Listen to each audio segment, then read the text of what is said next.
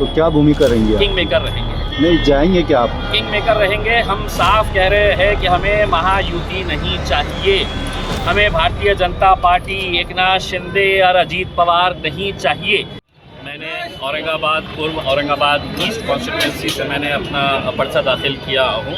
मैं सबसे पहले तो अल्लाह रब्बुल इज़्ज़त का शुक्रिया अदा करता हूँ, बैरिस्टर असदुद्दीन अवैसी साहब, अकबरुद्दीन अवैसी साहब का शुक्रिया अदा करता हूँ कि उन्होंने मुझे दोबारा यहाँ की आवाम की खिदमत करने का मौका दिया है। अब आवाम के हाथ में है कि वो कितना साथ देती है। हम आवाम के बीच में पिछले 10 सालों से रहे हैं। हर समाज के लोगों को साथ में लेकर हमने काम करे हैं। अब इस बार विधानसभा का इलेक्शन आया है, बहुत सारी साजिशें हो रही है यहाँ पर कि कैसे ज़्यादा से ज़्यादा मुसलमान उम्मीदवार खड़े करके वोटों को बांटा जाए। और मैं ये ख़ास तौर से ये कहना चाहता हूँ कि भारतीय जनता पार्टी की हमेशा से ये साजिश रही है कि वो यहाँ पर जब चुनकर आते हैं तो वे विशेष तौर से मुसलमानों के कुछ लोगों को पकड़कर किसी को 5 लाख, किसी को 10 लाख, किसी को 20 लाख रुपए देकर वो खड़ा करते हैं ताकि वोटों का बंटवारा हो सके और वो अपनी सत्ता हासिल कर सके। इसी वजह से पिछले 3-4 इलेक्शन से हम देख रहे हैं यहाँ पर भारतीय जनता पार्टी किस आसानी के साथ जीत कर आ रही है। इस बार वो ज़्यादा कोशिश लगा रहे हैं क्योंकि इस बार है तो इम्तियाज़ जलील यहाँ से खड़ा हुआ है और उसे किसी तरह से नहीं लाना चाहिए। और उसके ऊपर के तमाम जितने भी नेता मंत्री हैं उन्होंने सब ने पूरी ताकत लगा दिए हैं और इनको निर्देश दिया गया है कि कोई भी आ जाए चलेगा, यहाँ पर इम्तियाज़ जलील को आप मुंबई के विधानसभा तक मत पहुँचने दीजिएगा करके, क्योंकि ये बंदा बोलता बहुत है और सच बोलता है, डट कर बोलता है और हमारी आंखों में आंखें डाल कर बोलता है। कौन नेता है वो, आप सीधा आरोप लगा रहे हैं बीजेपी के नेता? देखिए, स्वाभाविक है कि यहाँ का कैंडिडेट जो है ये अतुल सावे साहब की पिछले कई सालों से ये साजिश रही है, एक स्ट्रैटेजी रही है।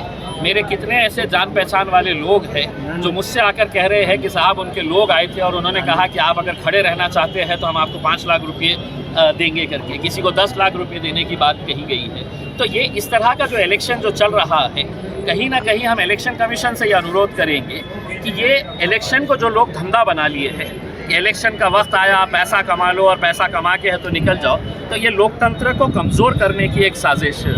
विकास का काम किया गया है ऐसा उनका आरोप है। नांदेड़ का क्या है आपका, किस तरह से? देखिए, नांदेड़ का हमने फॉर्म लिए थे, हमारी पूरी तैयारी हो चुकी थी, लेकिन कल तक हमने ये बताए थे कि आज हम ये इसके बारे में फ़ैसला करेंगे। कल रात में हमें जब ये जानकारी मिली कि तकरीबन 25-30 लोग, खास तौर से मुसलमान उसके अंदर, जिनको खड़ा करने की साजिशें चल रही है और इसमें अलग अलग 2-3 लोग इसके अंदर शामिल हैं जो अलग अलग इलाक़ों में जाकर मुसलमानों को ढूंढ रहे हैं कि भैया हम खड़े रहते हो क्या, हम देते हैं पैसा, हम चलाएंगे तुम्हारे को। तो तब पार्टी ने ये फैसला किया है कि हम नांदेड़ नहीं बल्कि पूरी ताकत औरंगाबाद में लगाएंगे, औरंगाबाद पूर्व, औरंगाबाद मध्य और इसके अलावा जो हमारे 13-14 सीट्स पूरे महाराष्ट्र के अंदर हम खड़े कर रहे हैं, तो वो सीटों को जिताने के लिए हम मेहनत करेंगे।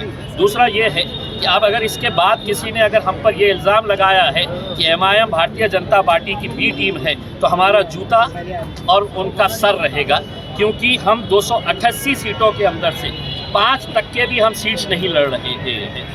हम इस बार पूरी कोशिश कर रहे हैं कि दोबारा ये हुकूमत सत्ता में आकर नहीं बैठना चाहिए और इसलिए कर रहे हैं कि जो हमारे नबी करीम सल्लल्लाहु अलैहि वसल्लम के ख़िलाफ़ जो गुस्ताखी किए हैं उनको ये दिखाएंगे कि तुम्हारी ताकत सरकार के ज़रिए हो सकती है, हमारी ताकत वोटों के ज़रिए हम दिखाएंगे। विकास आघाड़ी और महायुति रातों रात अपने कैंडिडेट बदल रहे हैं, किस तरीके से आपको महाराष्ट्र की राजनीति जानते? खौफ, डर सता रहा है। तो 2 घंटे पहले किसी को अनाउंस करते हैं, फिर 2 घंटे के बाद उसको बदल देते हैं।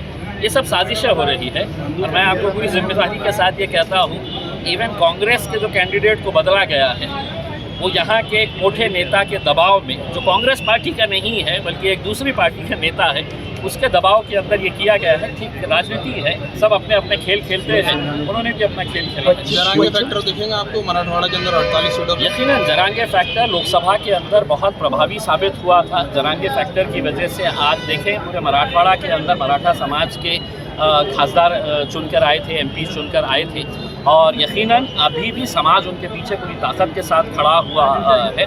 और जरांगे पाटिल से हम भी ये अनुरोध करेंगे कि इस बार वो भी हमें पूरा साथ दे और यहाँ से ना हमें महाविकास आघाड़ी ना महायुति। जो जरांगे साहब का कहना है कि मुझे नए लोग चाहिए जो जाकर वहाँ पर आवाज़ उठाए, और हमने जरांगे पाटिल साहब का पार्लियामेंट के अंदर, लोकसभा के अंदर अगर सबसे पहले किसी ने आवाज़ उठाया था कि छोटे से गांव का एक सामान्य आदमी कैसे अपने समाज के लिए लड़ रहा है, तो वो इम्तियाज़ जलील थे। तो मुझे पूरा यकीन है कि जरांगे साहब भी हमारा साथ। किंग मेकर बॉन्ड देंगे उनको मांग के, उन्होंने कहा कि जिसको मदद चाहिए वो एक बॉन्ड लिख कर दे। देखिए, मैं नहीं समझता हूँ कि मेरे ताल्लुक से ऐसी कोई कंडीशन रहेगी, क्योंकि वो जो ज़बान से निकलवाना चाह रहे हैं दूसरे जो चुनकर आएंगे कैंडिडेट्स, वो ज़बान हमारे पहले से ही हमारे मुंह में है।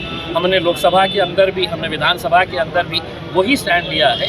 तो जरांगे पाटिल साहब की मांग है। किंग मेकर का जो भूमिका रहेंगी कैसी रहेंगी? देखिए, हमने पिछले 2-2.5 महीने से महाविकास आघाड़ी के पीछे पड़े थे कि हमने आप साथ में ले लीजिएगा, ताकि हम और आप मिलके एक फॉर्मिडेबल, एक फोर्स, एक बड़ी ताकत हम खड़े कर सकते हैं। उन्होंने दखल नहीं दी, लेकिन कहते हैं ना कि कहीं ना कहीं कुछ अच्छा होने वाला जब होता है ना, तो शायद 23 तारीख के दिन ऐसा मौका आ जाएगा कि इम्तियाज़ जलील और असदुद्दीन अवैसी साहब के घर के सामने महाविकास आघाड़ी के नेता खड़े रहेंगे कि भैया आपके इतने आमदार आए हुए हैं, आप हमारे सरकार के अंदर आप आइएगा। तो क्या भूमिका रहेंगी? किंग मेकर रहेंगे। नहीं जाएंगे क्या आप? किंग मेकर रहेंगे। हम साफ कह रहे हैं कि हमें महायुति नहीं चाहिए, हमें भारतीय जनता पार्टी, एकनाथ शिंदे और अजीत पवार नहीं चाहिए। अगर इज्जत के साथ, सम्मान के साथ अगर बुलाएंगे तो यकीनन हम जाएंगे। दूसरे पश्चिम के जो विधायक सिरसा, उन्होंने कहा है कि हम हमारे यहाँ उम्मीदवार भी खड़ा नहीं किया और जो लड़ेंगे उसकी मजार बनाएंगे, ऐसे उन्होंने। देखिए, जब आदमी हारने की कगार पे रहता है तो वो क्या बोलता है ये आप अच्छी तरह से समझ सकते हैं। उनकी जो ज़बान है, वो जो जिस तरीके की बातचीत कर रहे हैं, इसका जवाब जो है वो 23 तारीख के दिन पता चल जाएगा कि किसकी मजार पर